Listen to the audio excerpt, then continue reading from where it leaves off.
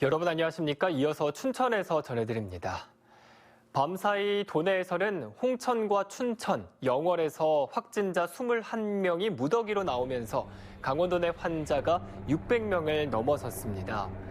홍천에서는 어제 확진 판정을 받은 70대와 함께 홍천군 산림과 공공가꾸미 사업을 함께한 60대 9명과 40대 1명 등 10명이 확진됐습니다. 춘천에서도 홍천과 양구, 서울의 확진자와 접촉한 3명이 확진됐고 감염 경로를 알 수 없는 후평동 거주 20대도 확진돼 현재까지 4명이 오늘 아침 양성 판정을 받았습니다. 영월에서는 한 유치원 교사가 확진 판정을 받은 이후 유치원생 등 접촉자 7명이 확진 판정을 받았습니다. 이로써 도내 확진자는 500명을 돌파한 지 불과 엿새 만에 609명으로 늘어났습니다. 코로나19가 전국적으로 확산되면서 혈액 보유량이 또다시 크게 감소하고 있습니다. 대한적십자사에 따르면 어제 전국 혈액 보유량은 3.11로 권장 보유량인 5일분을 크게 밑도는 가운데 강원도의 경우는 2.8일에 불과해 혈액이 크게 부족한 상황입니다. 특히 군부대 집단 감염 여파와 사회적 거리두기 격상으로 군부대와 학교, 공공기관 등 단체 헌혈 참여도 대부분 취소되거나 연기돼 혈액 수급에 비상이 걸렸습니다. 춘천 시내버스의 연료 공급이 원활히 이루어지지 않으면서 일부 노선의 버스 운행이 지연되고 있습니다.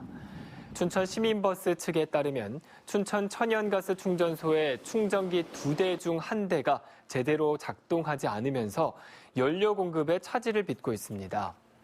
이에 따라 일부 노선의 경우 제때 연료를 공급하지 못한 시내버스의 운행이 지연되고 있습니다.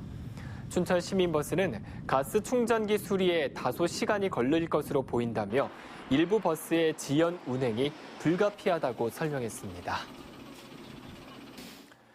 지난 2014년부터 춘천에 전기차와 수소차 등 모두 1,340대의 친환경차가 보급됐습니다. 춘천시는 지난 7년 동안 1,300대가 넘는 친환경차를 보급해 같은 기간 800여 대에 그친 원주와 강릉을 넘어선 도내 최대 규모라고 설명했습니다. 춘천시는 내년에도 사업비 457억 원을 투입해 전기차 1,282대와 수소차 603대를 보급할 예정입니다. 특히 전기차의 경우 도내 다른 시군보다 시비 130만 원을 추가 지원한다고 밝혔습니다. 국방개혁 2.0에 따른 군부대 개편으로 지역 존립 기반을 위협받고 있는 양구군이 자구책 마련에 부심하고 있습니다. 양구군은 육군 2사단 해체 이후 군장병과 가족 등 7천여 명이 감소하면서 인구 2만 3천 명 선이 무너졌다고 밝혔습니다. 특히 신병교육대와 예하부대가 밀집한 양구 방산면의 최근 5년간 출생아 수는 17명인 반면 사망자는 65명으로 고령화가 빠르게 진행되고 있습니다. 지금까지 춘천에서 전해드렸습니다.